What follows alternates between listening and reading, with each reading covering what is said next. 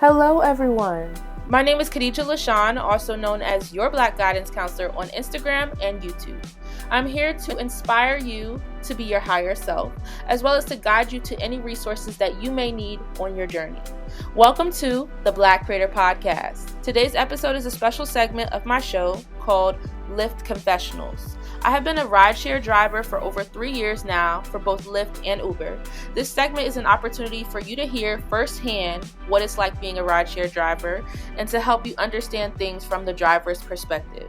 I hope you enjoy. Good morning, you guys. It is Khadijah. I hope that you are doing well. I hope everybody is safe and healthy out there. I wanted to come to you guys to talk about whether or not leasing is better than financing. And before I even talk about that, I just want to make it clear that my situation is different than your situation. Your situation is different than somebody else's situation. So it's very important that we don't just take one thing and try to run with it, that you actually go and take the time to do your own research. To go on YouTube, look up leasing versus financing. Watch 5 to 10 videos. Watch them all the way through. Get as much information as you can. Take notes. Figure out where you're at.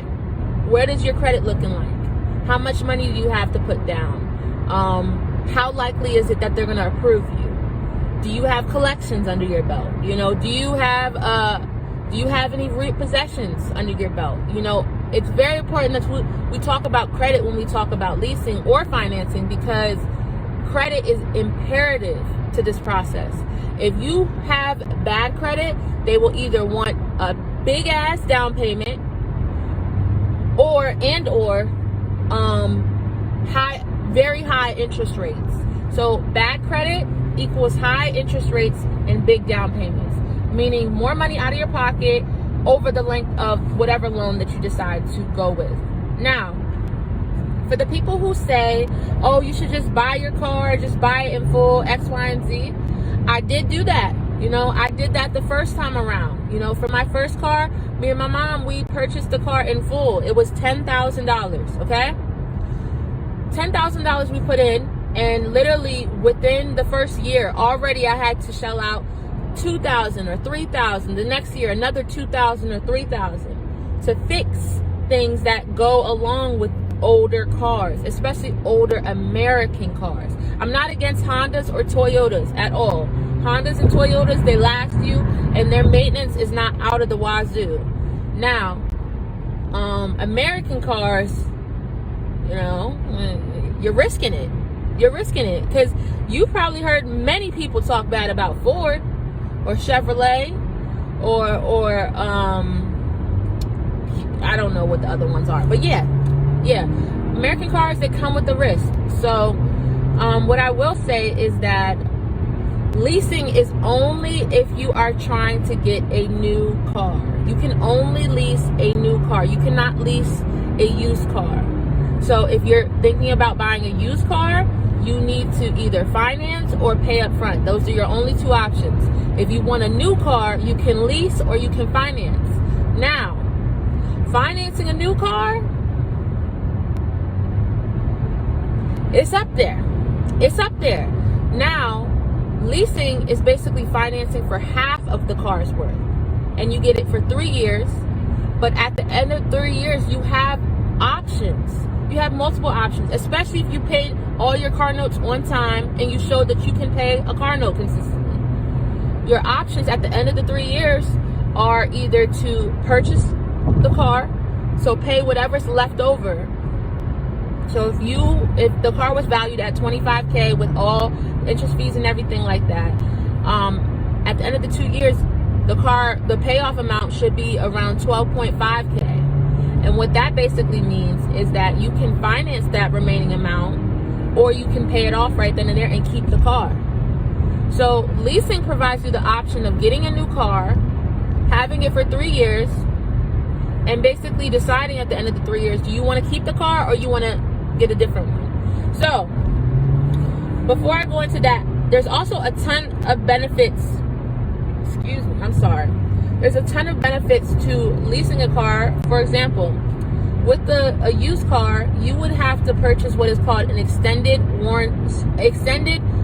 mechanical warranty, I believe it's called, which basically means that you would have to purchase, it would tack onto your car note a warranty to cover anything that goes wrong with the car. Now, if you lease a vehicle, for that 36,000 miles or whatever amount of miles that you agreed to, that warranty is already included. It's not, you don't have to add an additional warranty. There are packages that you should include on top of that, but I'll go into that in a little bit. But yes, so the warranty covers bumper to bumper. So anything mechanical inside the car, not necessarily the technology and stuff like that, but like the engine, the transmission, the just different things like that. That will be covered with the warranty that already is included in the lease, okay? Now, on top of that, at the end of the 3 years, there's some ways that you can avoid, like basically you can decide, okay, do I want to use 12,000 miles a year, 15,000 miles a year, or however many you decide. So the thing about those miles is that if you go over, it's not like, oh, the second you go over 12,000 in 1 year, they're like, oh, bring the car back, you went over. That's not how it works. So when you go over the miles, what basically happens is at the end of the lease, if you decide to just return the vehicle, just return it back to them, you would have to pay for any miles that are over what you agreed to initially. And it's about 13 cents or 12 cents a mile, whatever your agreement says, that's how much they're going to charge you per mile over the limit, okay? So, the way to avoid having to pay for those miles is one of two ways. So you can either finance for the remaining amount on the car. So if there's 12.5K on the car, you can finance for the remaining 12.5K. And with that, you can basically, they forgive any excess miles because you're purchasing the vehicle. If you lease the vehicle and you give it back to them over the miles, you would have to pay for those miles. But if you finance for the remaining of the car, you can avoid paying for the fees involved with the excessive miles because you're purchasing the car. Okay, you're financing it or you're buying it up front. That's how you avoid to pay for those miles. That's one. Number two, you can take your car to a different dealership. So people always think, oh, it's a lease, it's not yours, you can't trade it in. You can trade in a lease. I'm speaking from experience. You can trade in a lease.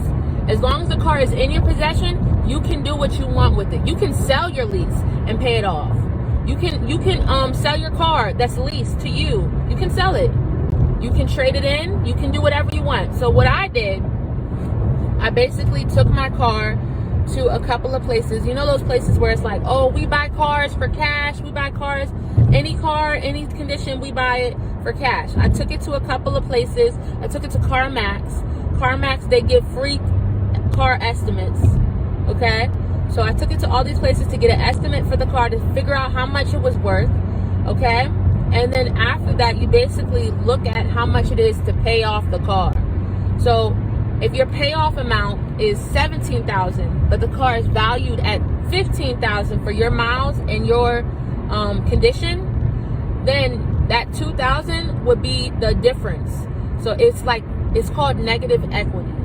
And that basically means that would be tacked on to whatever your loan would be if you trade the car in. If you decide to finance the car after the lease, you don't have to worry about that. You just worry about how much you negotiate what the car is worth now at the end of the 3 years, okay? If you trade it in, you have to basically tack that $2,000 on to your next car loan. And that can increase the next car loan. So that's why it's important to bring a down payment no matter what. Even if you're trading in, if you're buying, you need to bring a down payment. It's important because it can make you break even, basically. But I bet you that $2,000 would probably be better than how much you would have to pay for the excessive mile fees and all that stuff. So that's something to think about.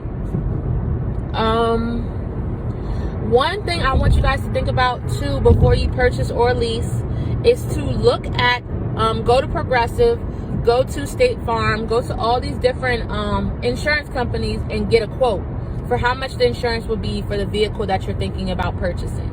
So if you're thinking about purchasing a 2020 Honda hatchback or whatever like that, you want to go on Progressive and say, hey, I'm purchasing this type of car. Give me a quote for this car so that you can estimate how much you're going to be spending per month on the lease, on the car note, and on the insurance. Because mind you, leases do require full coverage for insurance, while if you buy a car outright, you would have to just pay for, I believe it's just liability or something like that. Do your research, like I said.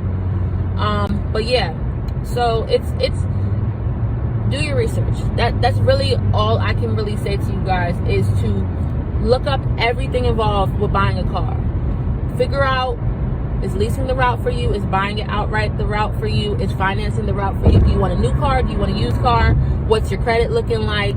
You know, it's very important that you ask yourself these questions so you know the full picture before you even step foot in that dealership. Because dealerships are cruddy places, okay? They will walk all over you. They will try to get you into a deal that is not going to benefit you. And it's up to you to know your facts before you even walk in there, okay? So I'm hoping that this message was helpful for somebody out there. If you have any questions about leasing or anything like that, feel free to DM me. I've leased cars. That's my what I've done. This is my second lease. The first lease, I traded it in for a vehicle, and then I purchased this lease as well. So I have 2 vehicles now. So it works out for me because the amount of income I'm bringing in, it kind of balances out. This car makes me money, so I don't mind paying for the car note and the insurance that goes along with it. So it's all about your situation. If you are in a situation where you may have to hold back on the insurance part of it, you'd rather buy a car outright, then do that.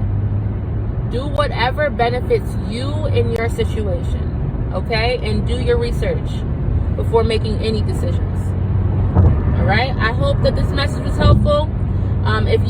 If you learned something new, definitely share this to your stories or share it with your friends. Comment below your thoughts, and I will see you guys in the next one. All right, bye guys.